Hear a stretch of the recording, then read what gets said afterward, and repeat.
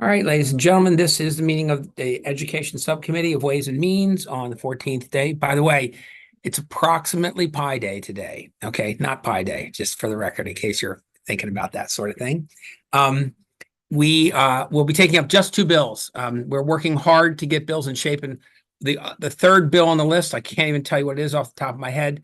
The amendments are not quite prepared for it yet, and so we worked hard, but I didn't quite get Alistair all the information he needed in time, so we'll do that soon. So the two bills we have in front of us, we'll just do them in numerical order. We've talked about this one already. It's House Bill 1157. We talked about a week ago or so, and we weren't quite ready with the amendments on that one then, but we talked about it. It's called Grow Your Own. It's a program that already exists that's designed to get people who are possibly going to be teachers in the future into programs and help pave their way to do that sort of thing. We're looking mostly at support personnel in buildings, but also at what I call provisional teachers. I think Alistair may have a correction to the title of them in this bill, but that's really a technical amendment at best. I don't think we have any other significant amendments to the bill as it came in. I'm looking real quick to make sure, but actually, no, I think we're pretty good. Alistair, I might be missing one or two things. I'd be happy to defer to you on that. I think you covered the main thing, which is that up to 25% of funds that are dedicated to grow your own programs may go to these provisional teachers, but no more. The only other thing is that if a collaborative requests assistance in applying for other funding, MSDE, in collaboration with the Department of Labor, has to assist them. Right. And were there any? There were amendments. Were there any? Some of them were technical. Were there any significant amendments to the bill as in the form that we heard it? Yeah, just including provisional teachers, and I think that's the main that thing. part we just discussed. Okay. Are there any questions or discussions on the amendments? Move the amendments. Thank you. Do I have a second? I got a second. Any further discussion? All right, all in favor of the bill as amended, please raise your hand. Doug Wilkins, your camera's off, so if you want to put your little hand up there or do something, we probably have enough, but she was on twice, actually. It's kind of cute. Yes, thank you. Got it. All right, that carries unanimously. I didn't really look because you guys are squeezed together. Did Miller and Hornberger, did you both put your hands up over there? Yes, we're both good. Thank you. Thanks. Yep. Okay, great. Back, push it away from you a little bit. All right, on the bill as amended. Move the bill as amended. Thank you, Delegate. Do I have a second? Second. Thank you. And this bill is we are primary to appropriations, and so we'll send it over to them if everybody moves favorable. All in favor of the bill as amended, please raise your hands. And we're good. I don't see Chow necessarily because he's off camera. And I would love to see a raised hand again from the vice chair there. Give me that little hand in the corner. Actually, that's not her anymore. That's Olivia, I gather. All right, we still have enough votes of the members present, so we're fine on that. Next bill is a sort of new one to you. This is adjustments to the blueprint. No major adjustments, a couple of things. A lot of it is sort of language fixes and things like that. And if you need to have an idea of what those are, there are a dozen or more of them, but I can have Alistair name two of them so you get a sense of the kind of thing that we're doing there. But the only significant changes to the bill is that there is a reporting requirement on the success of the blueprint, independent evaluation. And currently it said that evaluation will be done in October 1 of 2024, which is several months away. Because of delays due to COVID and various other things, the blueprint really isn't up and running as hard as we would like it to. So this bill there's not amendments to the bill, but the bill changes those to the entity reports in December of 2026, and then in January we get a report after they kind of evaluate the report and put it together till 2027, January 15th of 2027. So it'd be a couple of years until we get a report. If we were to get a report now, chances are it wouldn't say a whole lot, except things are starting off good. So that's what the bill does. And then, Alistair, there are a few amendments, aren't there? Yes, sir. I'd say the substantive ones that are not just correcting drafting errors. There's an amendment that allows the State Department of Education and AIB to decide that certain dual enrollment courses that a student reaches through being college and career ready and in the post CCR pathways, that certain courses are things that a student may not enroll in, or that courses at a certain time may not be enrolled in. And then the other thing is that the kindergarten readiness assessment this year is delayed till after October 10th. And we also struck some things about the pre-kindergarten grant because those are actually being dealt with in another bill. The chair has a bill on pre-K and pre-K certification. And so we really didn't need to double down on them in this bill here. And that won't be heard in this committee. That will be in early childhood.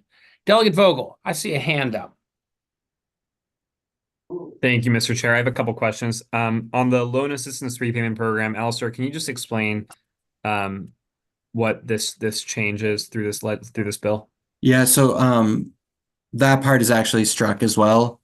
So as the bill came in, it would expand the Nancy Grasmick Award, which is part of the broader Public Service Loan Forgiveness Award, to include, currently included in that are mental health professionals and teachers, which includes public pre-K teachers. This would have expanded it to include publicly funded pre-K teachers who work in the private sector. That's been struck out, and we defer to appropriations on decisions of higher education and scholarships. And I think they think that there should not be an expansion of this program at this time. Grasmick is complete enough for them right now, I think is what we got from them, didn't we? Yeah. Okay. Doug Vogel. I'm just glad to hear that mental health professionals are now eligible. That was a good piece of legislation, whoever had that one. I can't remember who the sponsor was, but I remember he was good. Yeah. And handsome, I believe. And okay, well, that I'm flattered. And the national board certification piece, can you just go through that piece as well? Yeah, absolutely. So this allows people who are not classroom teachers to get reimbursement for enrolling in for the fees that they have to pay to get nationally board certified, which allows a principal or vice principal who decides they want to be a teacher in the classroom and be nationally board certified. They will get the fees that are associated with becoming nationally board certified reimbursed. But in order to get the bonus in the career ladder for being nationally board certified, they would have to become a classroom teacher. So all those classifications are people who we will help them get the certification financially, but they have to become a teacher to enter the career ladder then. And I should know the answer. Oh, sorry. Go ahead. No, that's it. I was just I should know the answer to this, but our classroom teachers, do they already receive payment for their fees under the blueprint? Yes, that's existing law. So this is expanding that pool of people who's eligible to get into an NBC program. Fantastic. And then this might have, I remember this from the very beginning of session, and it might be under a different bill or under the budget, I'm not sure, but the grants for rural school districts, I know that was something that was suggested to us as a need early on in session. Was that originally part of this bill, or that's something entirely different? When you say grants for rural grants, I think it was $250,000 for five rural counties for blueprint implementation. Just additional monies. Yeah. I'm not sure. It might be something in the budget. It was never part of this bill. Okay. Got it. Thank you. Delegate Wu. Thank you. So we're talking about the growing. I sorry, get a little late. Okay. We're talking about growing our own educator. Well, let's thank you, and I'll be happy to come back to it. Let's finish talking about the blueprint. Which bill we're talking about? Right now we're on 1426. We already did pass Grow Your Own, but I'll be happy to. Oh, sure. To take some questions on that if you want to afterwards. You mean 1426, right? We're on 1426 right now. Okay. So for that one, I have a question here. Is that a good time right now? On 1426? Yeah. Yeah, that's what's in front of us right now. Yeah. So my question. There are a lot of changes, right? So I'm wondering what's the primary changes for this bill? are we So- concerned about the funding issue from local jurisdiction? That's the reason we put a lot of, for example, local current expenses per student. Well, okay, so I would say the two major things that are front of mind for me are that we moved back the date by which we would have the required independent evaluation results and reporting back to the 2026 and then January 2027.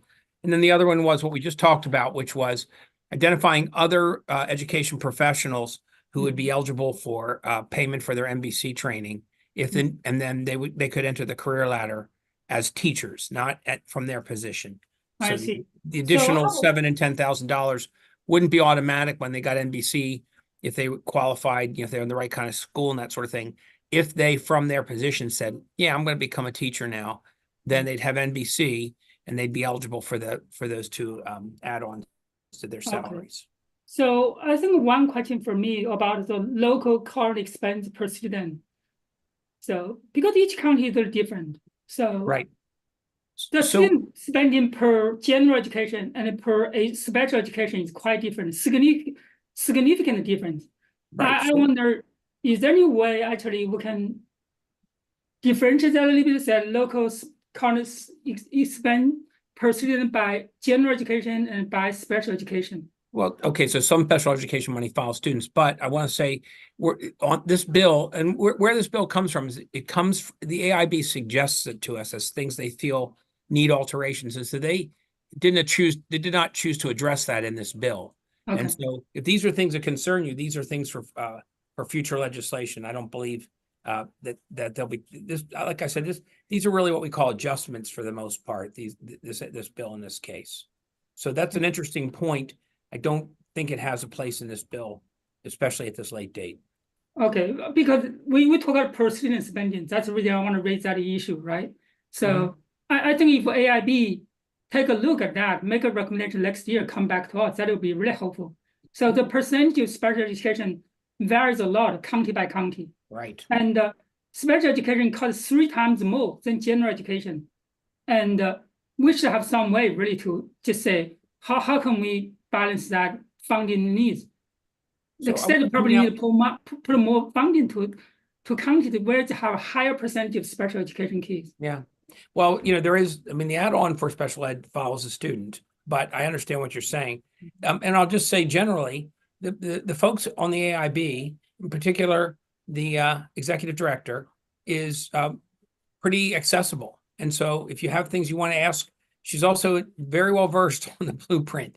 And so if you want to ask things like why they are like they are, and if we should change them or why we shouldn't, I would say she, especially to us, those of us who serve in Ways and Means and Education Sub, I'm sure she does it with me. Sometimes we just kind of sit down and we don't have an agenda. We just kind of talk about things that are on our mind so that we can find out what's going on. So I know that you think it's because I'm the chair, and maybe it is, but I sense that she would chat with anybody who wanted to get some information about this. So that's a different subject, but it's one that I think you should address. Okay, I would love to talk to them later. Okay, good. Thank you. All right, and I see one of two people's hands up over there. So I'll let whoever hand they think it is speak. It's kind of both of us. So does the fiscal note reflect the non-classroom teacher with the principals, assistant principals being added to the career ladder and everything like that? Yes, it does. And like I said, it doesn't really, the career ladder thing is for anybody who qualifies. So this is not really saying we're going to add people to the career ladder. We're just, what this bill is making us is pay for the certification for those additional people. Well, we're paying for the certification, but so that's only reflecting the certification payment, but that's not affecting the cost of the locals to the $10,000 payment to what is arguably the highest paid people on the salary scales already. So let's be clear that the additional monies on the 10,000 and 7,000, that's state money. That's not county money. We have so then the 140,000 fiscal note reflects that? No, I don't believe it does. Or is that in the 300,000? It would be fiscal notice would be speculative about the number of people that would do this and then would decide to change to teaching. So I don't think the fiscal note was able to deal with that. I'll let you comment. The money, the career ladder is split evenly between the state and local governments. Sorry, I misspoke. In terms of funding, The $10,000 is to become a national board certified teacher, you have to be an in-classroom teacher. I believe that's at least how that is being interpreted in all the counties and by the AIB. So if someone is a principal and they get their national board certification, in order to get that bonus money, they're going to have to be an in-classroom teacher, I think. So this is not giving $10,000 to. This said, in this section, non-classroom teacher means a position in the school for which if the individual earns an MBC, the individual is eligible to join the career ladder, including administrators, assistant principals, instructional specialists, and principals. Yes, I'm sorry. It adds non-classroom teacher under every category. That's right. This is not the $10,000 bonus. This is a reimbursement for taking the national board certification exam. But So if they join in other the career places in ladder- code, it specifies that Right, you but have to be a classroom teacher to access that. I get that this isn't a budget and tax issue, but we're all Okay, and Is it, if you join the career ladder, then that would make them eligible for the $10,000 in other sections. if they're a teacher, And most of the, like, if they Okay, have to go so- back, So if I could ask it a different way. If I'm a teacher on Monday and I'm getting my $10,000 bonus, and then I'm a principal on Tuesday, do I lose my $10,000 bonus or I can continue to get it? You probably continue to get it. It depends. I mean, I think that's going to be up not to in the. perpetuity. In other words, I don't know about for the rest of that school year. That's a highly The technical question. reason we're asking this is because the vast majority of recruiting ground for principals and vice principals is teachers. mhm. Yes, and the career ladder envisions that principals and vice principals will be pulled from the population. I think the specific answer is going to be up to each negotiated career ladder within each county. I think the general vision of the blueprint is that it's a continuing escalation of responsibilities But if I lose the and money, pay. that's a disincentive for me to go become a vice principal. Correct. And actually, that's one of the paradigms of the blueprint is that teachers are the foundation. We should be encouraging people to be teachers. Principals are good and we love them. But if we can encourage more people to get into what I call the foundation in the school, teachers. And this is why, when we do salary things, lots of other professionals come to us and say, we want to be 60,000 minimum, school psychologists, occupational therapists. And we say, yeah, you deserve it. But what we feel like we can afford now is one thing, and that one thing is going to be teachers. So I think it does provide an incentive. I don't know, it depends what the administrator is making. If they moved back to being a teacher, but got both bonuses, how that would wash for them. I think the way that the career ladders are going to be structured is that you will make more money as you progress along the career ladder. And when you're at a level 4, which is on the leadership track to be a principal, you'll likely make more money. The point of this discussion is to say, whatever that amount of money you're making is, which is incorporating the structure of career ladders, you don't get an additional $10,000 bonus from that level for being a nationally board certified teacher, if that makes sense. I'd like to think, and that's a good question, Kevin. I really want to delegate Hornberger. I'd really like to know that if you're in the process of earning that bonus and you duck out of the teaching profession and go into something else in the school, if indeed it gets prorated out for you for the time you were a teacher, I would like to think that's true. But that's going to take some investigation to find out how people react to that. So that's a great question. And April, I'm sorry I didn't get it. Kevin has a way of, he and I have the same sort of thick brains. They work well together. So. Wow. All right. Yes. Well, yeah. There's no way for me to make that better. No. So, and then Okay. did we get a copy of the dual enrollment, the CCR aspect of it? I just wanted to look at that. That one is something that really concerns me as well. Yeah, they asked for this so that they could help control some expenses at the county level. This was actually something that Delegate Wu had a bill on this year where we just wouldn't pay for all of these, that we would perhaps, we didn't get far enough down the road, but that he just had that they wouldn't have to pay for it. I said, well, we should come up with some sort of, salary strata. We didn't quite get there. But I think this was a way to kind of let the schools off the hook a little bit, that they could limit it to how many courses kids could take. And they thought that they were incredibly successful in Frederick County. So yeah, I would definitely like to look at that as soon as we could. okay. Thank you. Anything else? No? Okay. Delegate Vogel, hand up. Yeah, first of all, Mr. Chair, let me just say that I love the Miller Hornberger show. I feel like I'm watching a TV show in that screen right now. Um, a question on the board certification payments. Can you just lay out in practice how this will help us? I'm assuming the goal is to help address the educator shortage, how this will help in that goal, either Alistair or It's Mr. sort of Chair. like grow your own in some ways, in that it incentivizes other people to get into the teaching profession. And the administrators is the weirdest one, and assistant and principals, assistant principals. But we instructional specialists and other people, if we can, if we can encourage them in, maybe they would say, I really always did want to teach, but I went into administration because I could make more money and I needed to pay for this stuff for my family. Well, if I do this, if I do NBC, I'll make enough money and then I can teach. So I have seen teachers get out of teaching simply because they can make more money as a principal. Right. And Right. I'm not saying they're bad principals, but that is the onus of their decision. And I wish it weren't. If they wanted to stay in the classroom, it'd be nice to be able to encourage them to. That's great. Okay. Oh, sorry. I see. Delegate Fair.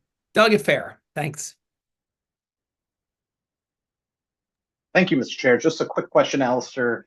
The reprint of the fiscal note, it still opines on the Janet Hoffman Loan Assistance Repayment Program and the Nancy Graysmick Professional Award. I'm assuming that the fiscal summary includes the increased cost because of those two things. Is that correct? Right, but That's correct. But we've changed that a bit, haven't we, Alistair? Now we haven't. Yes, that's been removed from. So that's in the amendments we're considering now. So you wouldn't see that in the rewritten fiscal note yet. So logically, the fiscal note would be lower naturally. I would think so, Put that yeah. out. I would naturally believe that's true. Mr. Chair, Okay. when the time is appropriate, I'm happy to move favorable on the amendments. Let's take a motion and then we'll talk about some more. I have a motion. Do I have a second on the amendments? Second. Thank you. Okay, but we're still discussing them. Miller Hornberger, you have the floor. You're unmuted. Oh, you still had your hand up by accident. Okay, thank you. No, it's still, you guys, all right, stop it right now. All right, Delegate Wu. Thank you, Madam Chair. I think you raised a great question earlier Ouch. about the economic reality and the incentive and the kind of the value from our staff, right? If we put the incentive there, we shouldn't expect they will not take it, right? So that means there's a physical impact by providing incentive there. And I just really advise us to be really careful along the road, make sure our physical situation can support our advocacy. I definitely support this, right? So that's the reason I provide the bill, try to lower the burden from the school system, try to really make sure they're able to support all the initiatives they have. And I think this is a great bill. I really appreciate that. Thanks. And that's sort of what the amendment does, is it reduces the sort of willy-nilly version of we're not saying that kids shouldn't do dual enrollment. In fact, if you look at the statistics, that report just came out, I don't know if you guys saw it or not. We're really growing in dual enrollment really, really well. But just making sure that the school system's not responsible for an entire, college career at the high school level, but helping kids to get started is what the whole idea of dual enrollment was. So I think it's slightly limiting, which speaks to some of your concerns. I think the amendment is. Is there any further discussion? Okay, seeing none, we have a motion on the amendment, a second. All in favor of the amendments as described, raise your hands, please. Thank you all. And opposed? And we have two opposed, okay? And that passes. And so on the bill as amended, please. Move the bill as amended. Okay, and I got a second. Any further discussion on the bill? That had a lot, and that was good. It was good, rich discussion. All in favor of the bill as amended, raise your hands, please. Okay, and opposed. And we have two opposed, Hornberger and Miller, as before. Hey, thank you all very much. You got exactly 2 minutes to get down to voting, or over to voting in the case of the vice chair. And we'll see you very soon. Cheers.